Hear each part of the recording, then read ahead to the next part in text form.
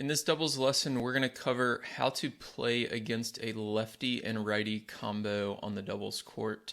I've talked about this in two recent podcast episodes and wanted to get some video footage for you to kind of better illustrate visually what it's like to play a lefty-righty combo and some strategies and tactics that you can use on the court to beat a lefty-righty combo or to have success if you're right-handed or left-handed and playing with the opposite. So we're going to go through 4 points here from Dubai earlier this year. This is Coco Gauff and Jessica Pegula against Julie Xu and Candy Yang. Julie Xu is a lefty, and then Coco and Jessica are both right-handed. Candy is right-handed as well. So this first point, I'll go ahead and play it, and then I'm going to talk through. And we're going to actually go through 4 different points here. Okay, so you can see that if we play this back, so Coco makes a first serve here, and this is normally a ball where I'd recommend you run around your backhand, but Coco likes her backhand better than her forehand. She's a little bit different in that way, but before each point, something I like to do when I'm playing against a lefty-righty combo is I'll actually tell this to my partner, not just to communicate it with them, but also to remind myself, where are the forehands? So in this case, they are returning with forehands in the middle. So any ball through the middle of the court is going to be to the opponent's forehands. Now, especially at the club level, hitting to the opponent's backhand is generally a better strategy. And in this case, Coco does a good job of redirecting this backhand down the line to the opponent's backhand volley. So she's avoiding the middle of the court here, which is something that's good to do. Another option here, if we take that back a little bit, another option here would be to take it back kind of cross-court angle to the opponent's backhand. We're really trying to avoid, especially this forehand volley at the net, so anything in this area. So Coco redirects it down the line. She knows she's probably not going to get beat with this backhand volley, and she doesn't. The backhand volley comes to her forehand this time, and then she still wants to avoid the forehand volley where Julie can poach here, so she goes back down the line to the backhand volley again and forces an error. So keep that in mind when you're out there playing against a lefty-righty combo. Know where the forehands are, either in the middle or on the outside, and you can kind of attack that accordingly. So here's another point. Jessica is serving this time.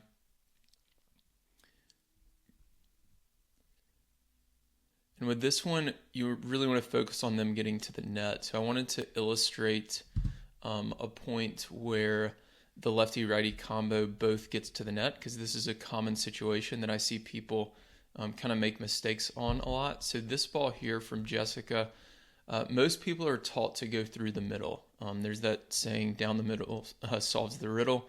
But when you're playing a lefty-righty combo, that's not always the best idea, because most people, especially at the club level, are going to have a better forehand volley than backhand volley. So Jessica does a good job of getting this cross-court enough to get to Candy's backhand volley. And then this is another one. This is not really, it's a short ball, but it's not really an offensive ball for Jessica. It's kind of low. It's a backhand.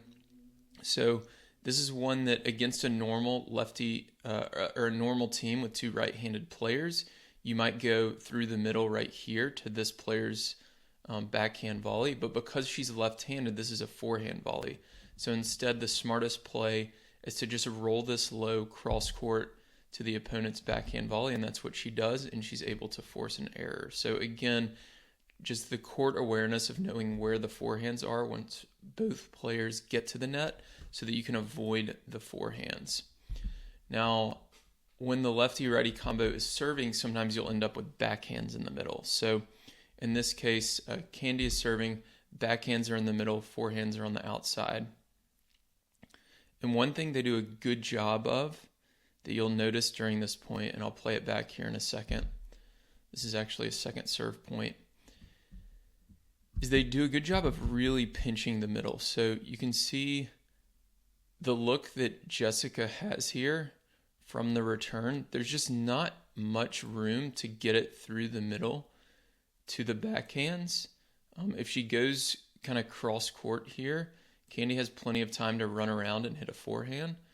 And if she goes through here, it looks like it's covered. In this case, Julie has a good backhand volley. You know, she's a pro level player. So she kind of gives her this knowing that she can recover with a forehand volley in the doubles alley. And that's exactly what she does. It's almost like a fake that she recovers, hits a solid forehand volley. And then even here, Candy's able to run around, hit a forehand again. And they're just not giving up that middle of the court. So this is really good advice, or a good kind of strategy to follow if you're playing with a left-handed player. Really, if you have the backhands in the middle at any point while you're serving, to really pinch the middle and kind of force the opponents to go to the outside to your forehands. In that case, she does miss a forehand, but they did a good job of getting the shots that they wanted. That was really a routine forehand that she typically probably would not miss.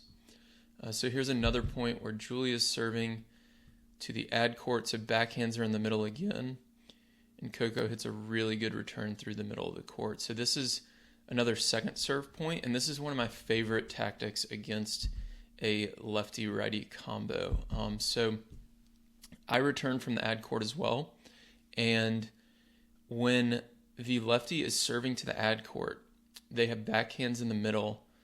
When the righty's serving to the deuce court, they have backhands in the middle, so you can use this from the deuce court as well. One of the best things you can do, especially if you get a good second serve look, is to take the ball through the middle of the court, just really low and hard at both opponents' backhands, and it immediately gets them on defense here. Now, you're looking at this ball and you might say, okay, well, this should be a backhand volley for Candy at the net, but if you look at where Coco takes this from, she's making contact probably 5 feet inside the baseline, maybe 5 feet from the service line. So she takes it so early that Candy just doesn't have time to react to this ball. And that's the way you want to kind of attack that second serve. And if you take it a little bit to the left of the center net strap in this case, in a lot of cases at the club level, the opposing net player might be standing like here instead of up closer to the net, and you can get them to kind of stab at a backhand volley here. If it does get through and they don't hit it, then the opponent ends up with an awkward backhand if they're left-handed. And again, the same thing applies to the deuce court. If it's a right-handed server, you can step forward, take it a little bit left, or in this case, a little bit to your right of the center net strap, kind of through here. And you can get that left-handed player to stab at a backhand volley, or the server will have a backhand ground stroke. So it works out here. Jessica keeps this through the middle to the backhands and then wins the point. So hopefully these points helped. I'm going to link to the podcast episodes below so you can check those out. And if you have any questions, leave them in the comments below as well. If you want to become a smarter doubles player and start winning more matches, then join the Tennis Tribe Doubles Strategy newsletter. Every single Thursday, I'll send you a new doubles tip or tactic that you can use in your very next match. And when you join, you're going to get a free guide on how to play with more confidence and start dominating at the net in doubles. My name's Will. I'm the founder of the Tennis Tribe, and over the last 5 years, I've worked with players at every level of the game, from USTA 3.0 players all the way to Division I college programs, as well as some of the top 10 doubles players in the world. And on Thursdays, with this strategy newsletter, I share that knowledge and advice that I've gained over the years with you. So to sign up, you can go to thetennistribe.com. And again, you'll get that free net play guide when you join.